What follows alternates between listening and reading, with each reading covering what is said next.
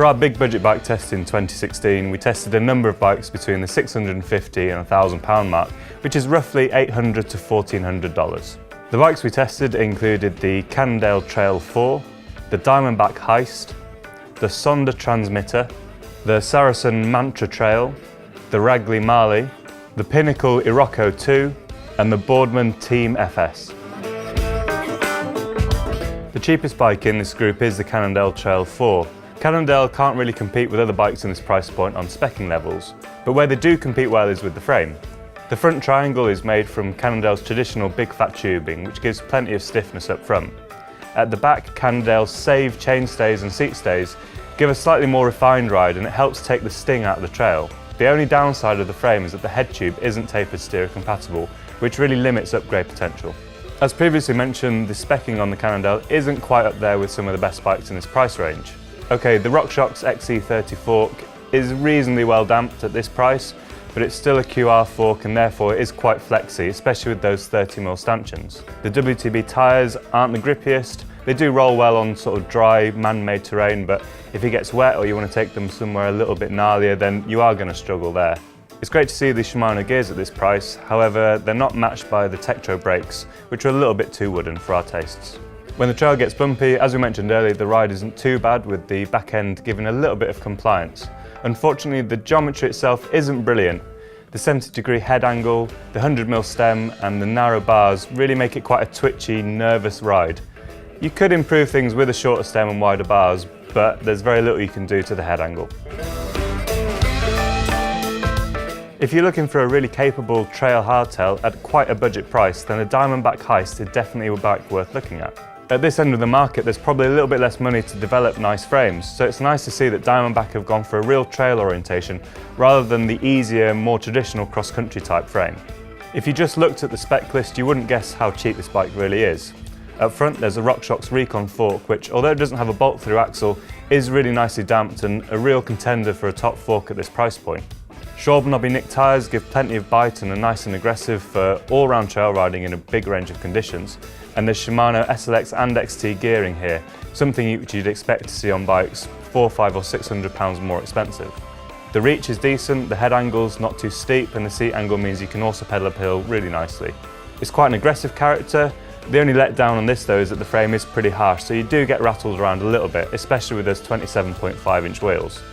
We do think that the Heist is definitely one of the best bikes in this price point. Were it not for a couple of absolutely exceptional bikes, this may well have been our top pick.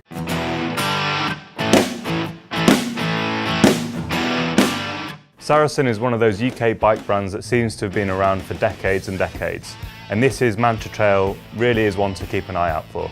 We managed to get an early sample of the 2017 Mantra Trail.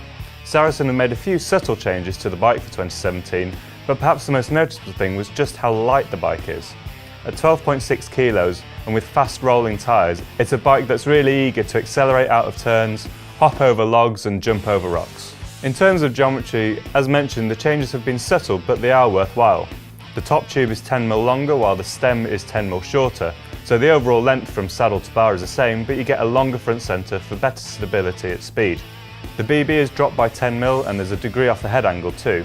What this means is the lower centre of gravity means cornering's better, and the slack head angle makes it a little bit more confidence in sparring in steeper terrain.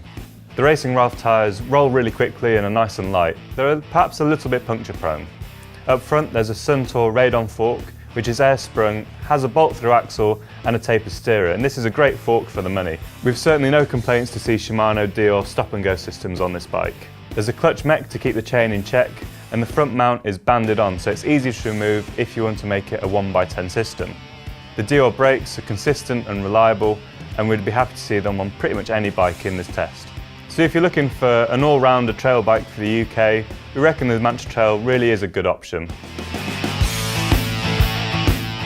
Much like its namesake, the Ragley Marley is a real relaxed, slacked-out geometry trail bike, but it's also fun and uplifting to ride as well. While the Marley might not be the longest bike on the market, it does have a super slack 65.5-degree head angle. It's also got a short stem and wide bar and a low BB. What this means is that when the trail points down, there's plenty of capability in the bike to be able to get you down there safely. This character is definitely backed up by the spec on the bike. There's a Manitou Minute Comp 130mm fork, which comes with a tapered steerer and their unique Hexlock 15mm bolt through axle. And this is paired with a WTB Vigilante tyre in its really grippy compound up front. Ultimately, to go down a hill, you've got to get to the top of it first. Fortunately, the Marley is well set up in this regard too. There's a 2x10 drivetrain with an FSA double chain set up front, and this comes pre-fitted with a bash guard. If you want to run a single ring, there's ISC GO5 mounts as well, so you can run a chain guide. The clutch-controlled rear mech stops the chain slapping around. If you're the type of rider then who doesn't want to spend too much cash but does want to ride really rough, technical, steep terrain, then the Ragley Marley is probably a bike for you. The suspension up front is great, there's plenty of traction from the front tyre, and the gears will get you back up to the top of the hill. The Pinnacle Airocco is a bike that's traditionally done pretty well in tests, and it's clear that for 2017 Pinnacle have spent quite a lot of time developing the frame to keep it bang up to date. The frame's clearly well built and there's a few nice little touches in there, such as the 142x12 bolt-through rear axle and a tapered head tube. It's also stealth dropper post routed too. Matching the rather nice frame is a pretty decent spec list as well. There's a RockShox Recon Gold fork with a 15mm bolt-through axle in there, and Shimano Dior brakes and gears. Our only real grumble is a slow pickup from the rear hub, but you've still got a trail bike that's really fun to ride, and it's got loads of upgrade potential too. Our favourite full suspension bike in this price point, and indeed in the whole of our big budget bike test, is the Boardman Team FS. It's a bike that's traditionally done very well in most of the tests it's ever been entered into, and for 2017 there's been a few subtle but significant changes to the bike. New tube profiles and suspension linkages mean it's bang up to date and even competes with bikes almost double its price. The rider's nicely controlled by a RockShox Monarch rear shock and a RockShox Sector RL fork up front. The Continental X-King tyres roll nice and fast, while there's a SRAM GX 2x10 group set to keep you rolling.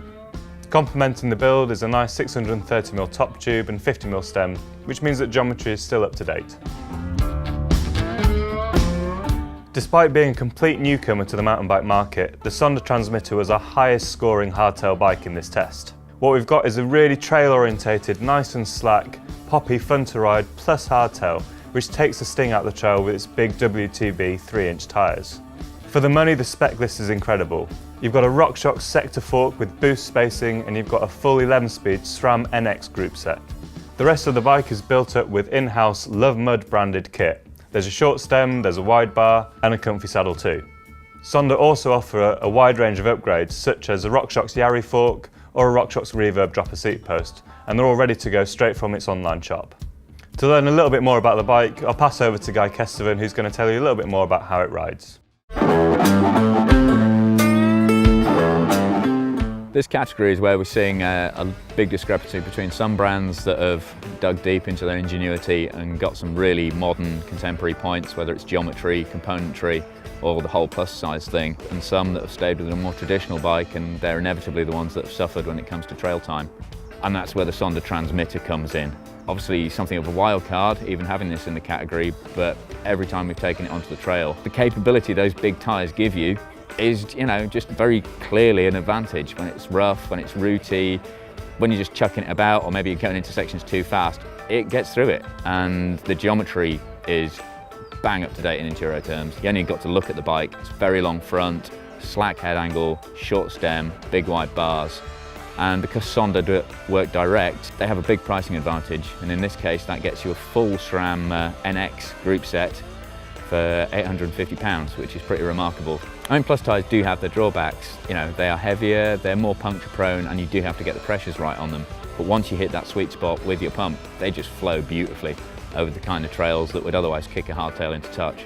And that's what we've been seeing whenever we've ridden it. It's a very, very compelling argument for why plus bikes are a serious force now at hardtails at any level, and that's something we're seeing right through the Bargain Bike of the Year testing this year.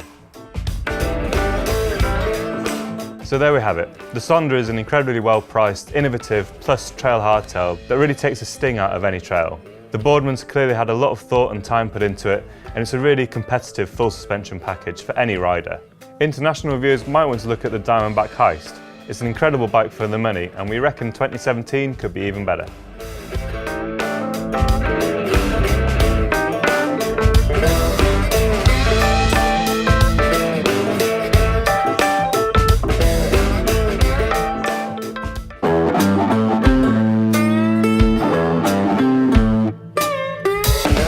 For our big budget bike test in 2016, we tested a number of bikes between the £650 and £1,000 mark, which is roughly $800 to $1,400. The bikes we tested included the Cannondale Trail 4, the Diamondback Heist, the Sonda Transmitter, the Saracen Mantra Trail, the Ragley Marley, the Pinnacle Iroko 2 and the Boardman Team FS. The cheapest bike in this group is the Cannondale Trail 4. Cannondale can't really compete with other bikes in this price point on speccing levels, but where they do compete well is with the frame. The front triangle is made from Cannondale's traditional big fat tubing, which gives plenty of stiffness up front.